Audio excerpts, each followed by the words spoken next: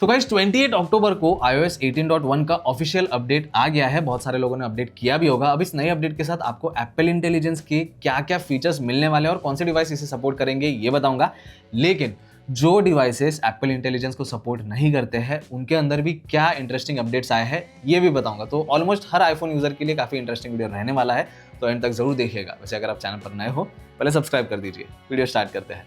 अब दोस्तों कई सारे सेटिंग्स और फीचर्स कैटेगरी वाइज बताने वाला हो, तो नीचे टाइम स्टैम्प्स आपको मिल जाएंगे। किसी स्पेसिफिक पार्ट पे आपको जाना होगा तो आप जा सकते हो। अब इनिशियली वो सारे सेटिंग्स और फीचर्स आपको बताऊंगा जो हर आईफोन के ऊपर मिल जाएंगे अगर आपने 18.1 पे अपडेट किया है। यानी कि आपका आईफोन अगर एप्पल इंटेलिजेंस सपोर्ट नहीं भी करता है तो भी ये फीचर्स आपको मिल जाते हैं। सबसे पहला फीचर है कॉल रिकॉर्डिंग। तो कॉल रिकॉर्डिंग हर डिवाइस पे आपको मिल जाएगा जो 18.1 सपोर्ट करते हैं। अब कॉल रिकॉर्डिंग का टॉगल आपको ऑन करना होगा और वो करने के लिए आपको सबसे पहले सेटिंग्स के अंदर जाना है और यहाँ पे आपको एप्स वाला ऑप्शन सिलेक्ट कर लेना है। इसके अंदर आपको फोन ऑप्शन के अंदर जाना है और यहाँ पे जाने के बाद आपको कॉल रिकॉर्डिंग का डेडिकेटेड ऑप्शन मिल जाएगा। तो उसे सिलेक्ट करके टॉगल अगर बंद होगा तो उसे ऑन कर दीजिए। तो ऑन करने के बाद कॉल रिकॉर्डिंग जो है आप करना स्टार्ट कर सकते हो। अब ये काम कैसे करता है, तो जब आप आपके फोन से किसी को कॉल करते हो या आपको किसी का कॉल आता है, कॉल कनेक्ट होने के बाद आपको कॉल रिकॉर्डिंग का आइकॉन देखने मिल जाएगा। उस पर टैप करोगे तो एक प्रॉम्प्ट आता है स्क्रीन के ऊपर, 2-3 सेकंड लगेंगे और सामने वाले को पता चल जाता है कि कॉल रिकॉर्डिंग होने वाला है। बट हाँ, उसके बाद आप कॉल रिकॉर्डिंग कर सकते हो। अब आपके ऊपर की कॉल कट करने के बाद कॉल रिकॉर्डिंग स्टॉप करना है या फिर बीच में भी आपको स्टॉप करना होगा तो आप स्टॉप कर सकते हो। अब ये कॉल रिकॉर्डिंग चेक कहाँ पे करना है, तो ये नोट्स एप्लीकेशन के अंदर आप चेक कर सकते हो। वहाँ पे रिकॉर्डिंग रहती है तो आप सुन सकते हो। तो ये कॉल रिकॉर्डिंग का फीचर हर आईफोन डिवाइस के ऊपर आपको मिल जाएगा। लेकिन इस कॉल रिकॉर्डिंग के अंदर एक और एडिशनल फीचर आता है जो है ट्रांसक्रिप्शन का। लेकिन ये ट्रांसक्रिप्शन का फीचर उन्हीं आईफोन्स के लिए अवेलेबल है जिनमें एप्पल इंटेलिजेंस का सपोर्ट मिलता है। यानी कि रिकॉर्डिंग आपको नहीं सुननी होगी तो आप ट्रांसक्रिप्शन चेक कर सकते हो, जो इंग्लिश में बहुत ज़्यादा एक्यूरेट है। अब हिंदी में जो है ट्रांसक्रिप्शन इतना एक्यूरेटली काम नहीं करता है, इंग्लिश के लिए बहुत अच्छे से काम करेगा। अब एक और एडिशनल चीज़ यहाँ पे आपको मिल जाती है जो है समरी का ऑप्शन। अब आपको ट्रांसक्रिप्शन पूरा पढ़ना नहीं है या फिर आपको इतना टाइम वेस्ट नहीं करना है तो समरी पे टैप करने के बाद कॉल पे क्या क्या बातें हुई थी उसकी एक समरी आपको मिल जाएगी। लेकिन वो भी उसी पे ज़्यादा एक्यूरेटली काम करेगा जो इंग्लिश में है।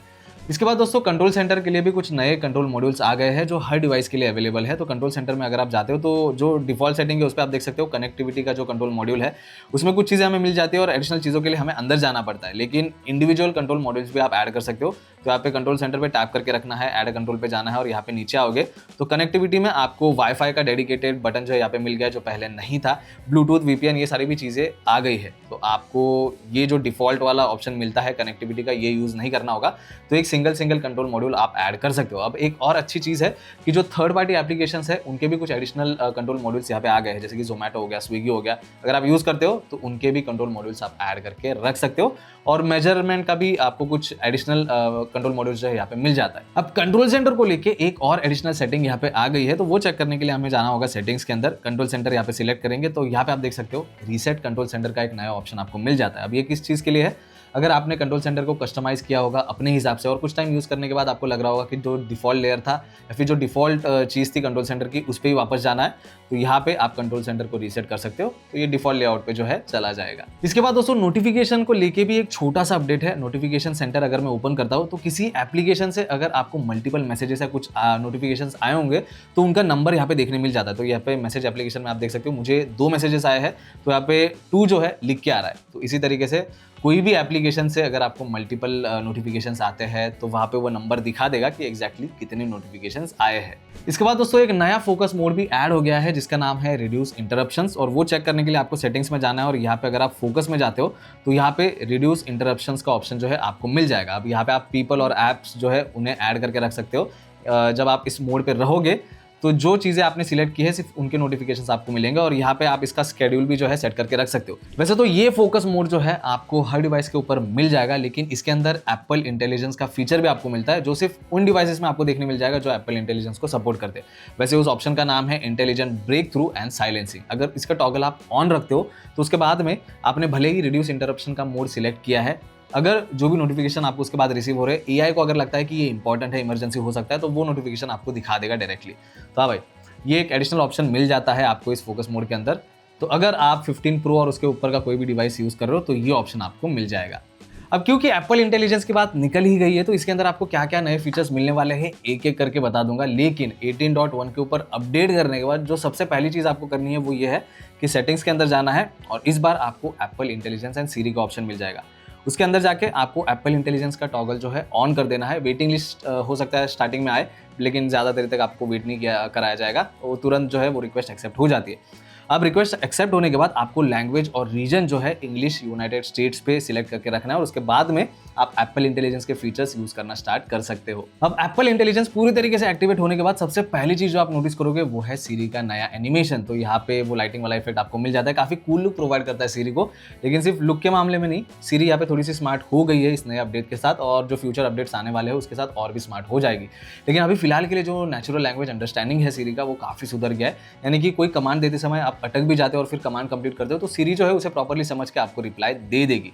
अब ये काम कैसे करता है चेक कीजिए। Hey Siri, what's the weather like in Pune? No sorry, can you tell me what's the weather like in Mumbai? It's currently clear and 32 degrees in Mumbai. अब सिर्फ इतना ही नहीं है दोस्तों, सीरी से आप मल्टीपल चीजें पूछ सकते हो जो आपके आईफोन से रिलेटेड है। आपको किसी एक सेटिंग के बारे में इंफॉर्मेशन चाहिए या फिर कोई सेटिंग्स चेंज करना होगा तो वो सारी इन्फॉर्मेशन भी सीरी आपको जो है दे देगी, और कुछ सेटिंग्स आपके लिए चेंज भी कर देगी। तो ये भी आप जरूर से ट्राई कीजिएगा। अब टाइप टू सीरी के अंदर भी आपको नया एनिमेशन देखने मिल जाता है। होम बटन पे अगर आप डबल टैप करोगे तो यहाँ पे नया एनिमेशन जो है आप चेकआउट कर सकते हो, और इसके अंदर आप टाइप करके सीरी से जो है चीजें पूछ सकते हो। अब सीरी के बाद एप्पल इंटेलिजेंस के अंदर अगर कोई इंटरेस्टिंग फीचर है तो वो है राइटिंग टूल का। कोई भी एप्लीकेशन आप यूज करो जहाँ पे टाइपिंग इन्वॉल्व है, राइटिंग टूल आप वहाँ पे यूज कर सकते हो। और सबसे पहले स्टार्ट करते हैं प्रूफ रीड से।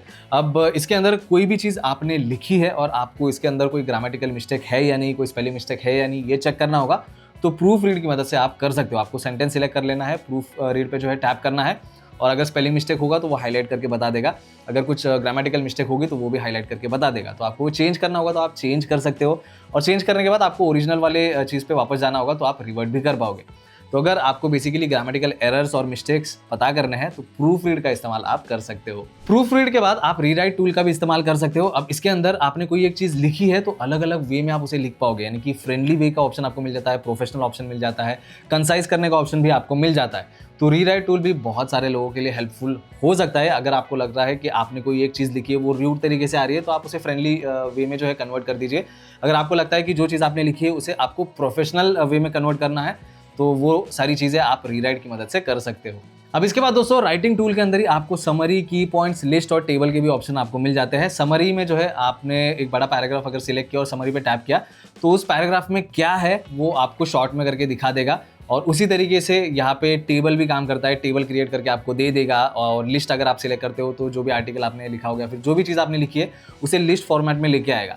तो ये अलग अलग चीज़ें आपको राइटिंग टूल के अंदर मिल जाती है। अगर आप 18.1 पे अपडेट करते हो तो डेफिनेटली ट्राई करना। इसके बाद दोस्तों एप्पल इंटेलिजेंस के कुछ फीचर्स आपको मेल एप्लीकेशन के अंदर भी मिल जाता है। अगर आप मेल एप्लीकेशन के अंदर जाओगे और 3 डॉट पे टैप करते हो तो यहाँ पे शो प्रायोरिटी का ऑप्शन आपको मिल जाता है। अगर आप वो सिलेक्ट करके रखते हो तो जो भी मेल्स आपको आते हैं, एआई को अगर लगता है कोई एक मेल इंपॉर्टेंट है तो वो प्रायोरिटी में आपको ऊपर ही दिखा देगा। इसके अलावा आपको जो समरी का ऑप्शन है वो भी मेल एप्लीकेशन के अंदर जो है मिल जाता है। तो कुछ मेल्स के अंदर जो है आप देख सकते हो यहाँ पे ग्रे कलर में कुछ आ रहा होगा तो वो समरी करके बताता है कि उस मेल के अंदर क्या है। अगर आप किसी एक मेल को ओपन करते हो और ऊपर यहाँ पे समराइज ऑप्शन पे टैप करोगे तो उस मेल के अंदर जो भी कुछ होगा वो शॉर्ट में करके यहाँ पे हमें सामने जो है दिखाया जाता है। तो अगर आपको टाइम वेस्ट नहीं करना होगा तो समरी का ऑप्शन जो है आप यूज़ कर सकते हो। इसके बाद दोस्तों स्मार्ट रिप्लाइज के ऑप्शन भी आपको मिल जाते हैं मैसेज और मेल एप्लीकेशन के अंदर। फॉर एग्जांपल अगर आपको कोई एक मैसेज आया है, अब वो मैसेज क्या है उसके ऊपर स्मार्ट रिप्लाइज डिपेंड करता है। तो स्मार्ट रिप्लाइज जो है आपको नीचे दिख जाएगा। अगर आप सिलेक्ट करते हो तो ऑटोमेटिकली मैसेज जो है आपको क्रिएट करके मिल जाएगा। वे सेम चीज़ मेल एप्लीकेशन के ऊपर भी आप यूज़ कर सकते हो। आपको कोई एक मेल आया होगा, आपको रिप्लाई करना है तो स्मार्ट रिप्लाइज आपको वहाँ पे मिल जाएंगे। आप वही सिलेक्ट करके डायरेक्टली भेज सकते हो और फिर बाद में कुछ एडिशनल चेंजेस आपको करने होंगे तो वो सिलेक्ट करने के बाद आप एडिशनल चेंजेस भी कर सकते हो। तो अब आइए स्मार्ट रिप्लाइज का ऑप्शन भी काफ़ी हेल्पफुल है। अब मेल एप्लीकेशन के अंदर जैसे हमें समरी का फीचर मिलता है, सेम फीचर हमें सफारी ब्राउजर के ऊपर भी मिल जाएगा। अब अगर आप किसी एक वेब पेज के ऊपर आर्टिकल रीड कर रहे हो लेकिन पूरा आर्टिकल रीड करने में आपको टाइम वेस्ट नहीं करना है, उसका एक समरी आपको चाहिए तो बॉक्स वाले आइकॉन पे आप टैप करके रख सकते हो और समराइज सिलेक्ट कर सकते हो तो उस आर्टिकल में क्या है शॉर्ट में करके आपको बता देगा। इसके बाद दोस्तों फोटोज एप्लीकेशन के अंदर भी कुछ मेजर चेंजेस हमें देखने मिल जाते हैं एप्पल इंटेलिजेंस की वजह से। सबसे पहली चीज जो सर्च ऑप्शन है फोटोज ऐप का वो काफी स्मार्ट हो गया है। अब कोई भी चीज आप कीवर्ड की मदद से बहुत एक्यूरेटली आप ढूंढ सकते हो। बेसिकली अगर आपको कोई एक कार का इमेज ढूंढना है तो वो आप ढूंढ पाओगे। अगर आपके घर में पेट्स है उनके कुछ वीडियोस आपको सर्च करने होंगे तो आप ढूंढ पाओगे। मेरे पास घर में पेट है, अगर मैं यहाँ पे टाइप करता हूँ डॉग प्लेइंग तो मेरे पेट्स जो है उनका कोई वीडियो होगा, फिर जिस वीडियो और फोटो में डॉग होगा तो वो मुझे जो है यहाँ पे सॉर्ट करके दिखा देगा। इसके बाद क्लीनअप टूल का भी एक नया फीचर आपको फोटोज एप्लीकेशन के अंदर मिल जाता है, यानी कि आपके फोटो के अंदर बैकग्राउंड में कुछ चीज़ें खराब है और वो आपको हटानी होगी तो वो क्लीनअप टूल की मदद से आप कर सकते हो। आपको ज़्यादा कुछ नहीं करना है, फोटो सिलेक्ट कीजिए, एडिट का ऑप्शन जो है सिलेक्ट कर लेना और क्लीनअप टूल सिलेक्ट करने के बाद जो चीज़ आपको बैकग्राउंड से हटानी है उसे बस मार्क कीजिए और वो थोड़े टाइम बाद जो है हट जाएगा।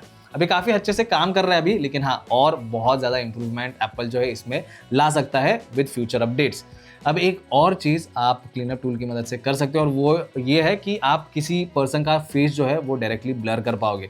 तो आपको बस मार्क करना है फेस के अराउंड या फिर फेस आपको सिलेक्ट कर लेना है और ऑटोमेटिकली जो है क्लीनअप टूल से ब्लर कर देगा। अब एप्पल इंटेलिजेंस की वजह से मेमोरीज के अंदर भी थोड़ा बहुत यहाँ पे चेंज आ गया है। आप मेमोरी मूवीज जो है क्रिएट कर सकते हो। कुछ कीवर्ड्स आपको ऑलरेडी सजेस्ट किए होते हैं, लेकिन हाँ आप कीवर्ड्स एंटर करके भी आपके हिसाब से मूवीज जो है क्रिएट कर सकते हो। तो आपके पास पेट है, पेट के साथ मूवीज क्रिएट कर सकते हो या फिर किसी भी चीज़ के साथ आप कर सकते हो। बैकग्राउंड में आपको म्यूजिक ऐड करने का भी ऑप्शन आ जाता है, अलग अलग म्यूजिक भी आप सिलेक्ट कर पाओगे। तो हाँ भाई, ये मेमोरी मूवीज का ऑप्शन भी थोड़ा सा अपग्रेड हो गया है। अब गाइस ये तो हो गए सारे एप्पल इंटेलिजेंस के फीचर्स जो आईफोन 15 प्रो और उसके अलावा जितने भी फोन्स है उनके अंदर आने वाले हैं। अब कुछ और बेसिक एडिशनल सेटिंग्स के ऑप्शन या फिर फीचर्स जो है आपको मिल जाता है, वो भी बता देता हूँ। कैमरा को लेके कुछ सेटिंग के ऑप्शन आपको मिल जाएंगे, जैसे कि कैमरा कंट्रोल में आपको अब फ्लिप कैमरा का एक ऑप्शन आ गया है। तो अगर आप आईफोन 16 सीरीज में से कोई भी फोन यूज़ करते हो तो ये चीज़ आप यूज़ कर पाओगे। इसके अलावा आपको स्पेशल फोटो और वीडियो कैप्चर करने का भी एक डेडिकेटेड ऑप्शन अब दिया गया है। पहले स्पेशल वीडियो 15 प्रो और प्रो मैक्स में हम शूट कर पाते थे और 16 सीरीज में तो आपको मिल ही जाएगा, लेकिन हाँ एक डेडिकेटेड ऑप्शन अब आ गया है। इसके बाद दोस्तों आईफोन मिररिंग के अंदर भी एक छोटा सा अपडेट आ गया है। अगर आपका आईफोन 18.1 के ऊपर अपडेट किया है और मैक अगर आपके पास है और वो 15.1 के ऊपर है, तो आईफोन मिररिंग के टाइम पे आप फाइल ट्रांसफर कर सकते हो आईफोन से मैक में और मैक से जो है आईफोन के अंदर। तो हाँ भाई, अगर ये दो डिवाइसेस आपके पास है तो ये भी ट्राई कर लेना। इसके बाद दोस्तों ऐप स्टोर के अंदर भी एक छोटा सा अपडेट आ गया है। नेचुरल लैंग्वेज का इस्तेमाल करके आप चीज़ों को जो है सर्च कर पाओगे, यानी कि आप कार रेसिंग अगर सर्च करते हो तो 18.1 के ऊपर जो पॉपुलर गेम्स है वो डायरेक्टली शो करता है, लेकिन अगर आप iOS 18.0 पे हो तो उसके अंदर कुछ अलग रिजल्ट जो है शो करेगा। तो ये चीज़ ट्राई करना अगर आपके पास दो आईफोन है तो ये एक छोटा सा अपडेट था, आपको बता दिया है। तो बस दोस्तों यही था आज के इस वीडियो के अंदर। आई होप आपके लिए ये वीडियो हेल्पफुल रहा होगा। अगर रहा है तो कमेंट्स में मुझे डेफिनेटली बता देना और कुछ सवाल हो गए तो भी आप मेंशन कर सकते हो। और जाने से पहले वीडियो को लाइक और चैनल को सब्सक्राइब करना बिल्कुल मत भूलना। मिलता हूँ नेक्स्ट वीडियो में। Thank you.